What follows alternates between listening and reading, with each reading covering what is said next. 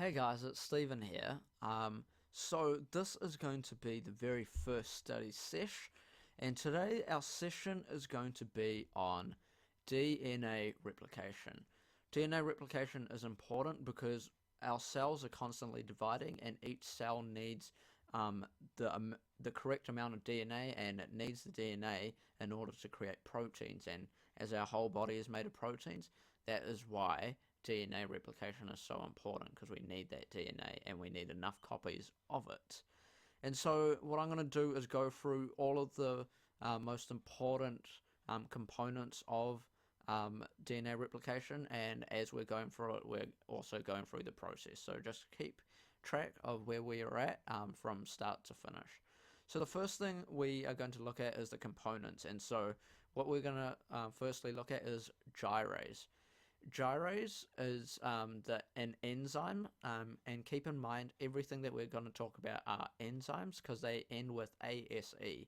If anything ends with ASE in biology, it's generally an enzyme. And so the first thing is gyrase, and gyrase, what it does is it unwinds the DNA double helix.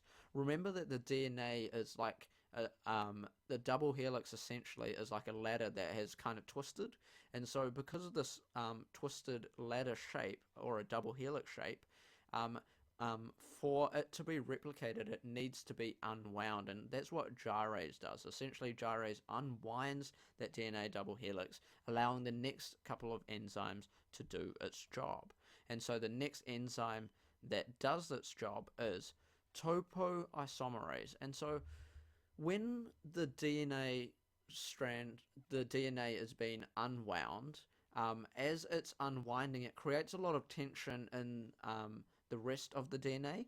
And so to relieve that tension, you use topoisomerase. And so it's kind of like a massager almost. What it does is it kind of cuts up the DNA and then rejoins it, so then there's not as much tension in that DNA strand. And so gyrase unwinds it, and topoisomerase relieves the tension created by the DNA being unwound. The next thing is helicase, and helicase is quite important. And the way I remember helicase is it's like Pac-Man. What it essentially does is um, now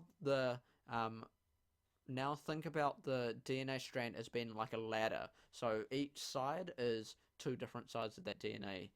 There's the leading strand and lagging strand. And so what the helicase does is it breaks the hydrogen bonds between the bases holding the ladder together. So like the rungs of a ladder, it's cutting it right down the middle and allowing the next few enzymes to actually do the replication itself. So helicase is like Pac-Man, and it cuts up the hydrogen bonds between the bases. The next thing, and this is probably one of the most important ones, is DNA polymerase 3. DNA polymerase 3 essentially puts in, or it creates the new strand, the replicator strand from the parental strand. And so what it does is it moves in a 5' to 3' direction always. So it moves always in a 5' to 3' direction. All that's referring to is that is the structure of the DNA backbone, and so it always goes in the 5' to 3' direction. And so the leading strand is the one that always does that. So what happens is the DNA polymerase 3 goes right through that strand with no problems, because it is in the same direction that the DNA polymerase 3 goes at, which is 5' to 3'.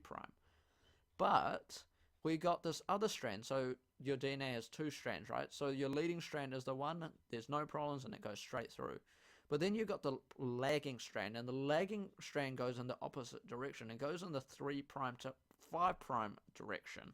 And so what happens in the lagging strand is you need a couple of other things to allow the DNA polymerase 3 to carry on making the new replicated strand. And so what you need is primase. And the way I remember primase, it's kind of like blue tack. And so what happens when you put a poster on a wall with nothing on that poster? It falls off, right? Because there's nothing holding that poster up onto the wall. But if you put blue tack on the wall and then put the poster in, or you put the blue tack on the poster and then put it on the wall, then the poster will attach to the wall, right? So in the same way, primase, what it does is it sets down a thing called primer. It's an RNA primer, and it sets down the primer. And the primer, what it does is it allows the DNA polymerase 3 to attach onto the lagging strand and start creating some new DNA. And so because the DNA polymerase 3 only goes in a certain direction, the primer allows it to go in that same direction, but it allows it to do it on the lagging strand. And then you got, so that's what the DNA polymerase 3 does. It creates it, it adds on the new DNA bases. And so then what happens is this happens constantly, so it's consistently happening. So what happens is it's done in segments called Okazaki fragments. And so Okazaki fragments are just essentially primer, DNA, primer, DNA, primer, DNA. And this all happens in the lagging strand. And so what happens is we will need to remove that RNA primer because that's not part of our DNA. That's not our actual DNA itself. So to do that, you've got DNA polymerase 1. And so just like helicase, which is Pac-Man, this is the primer Pac-Man.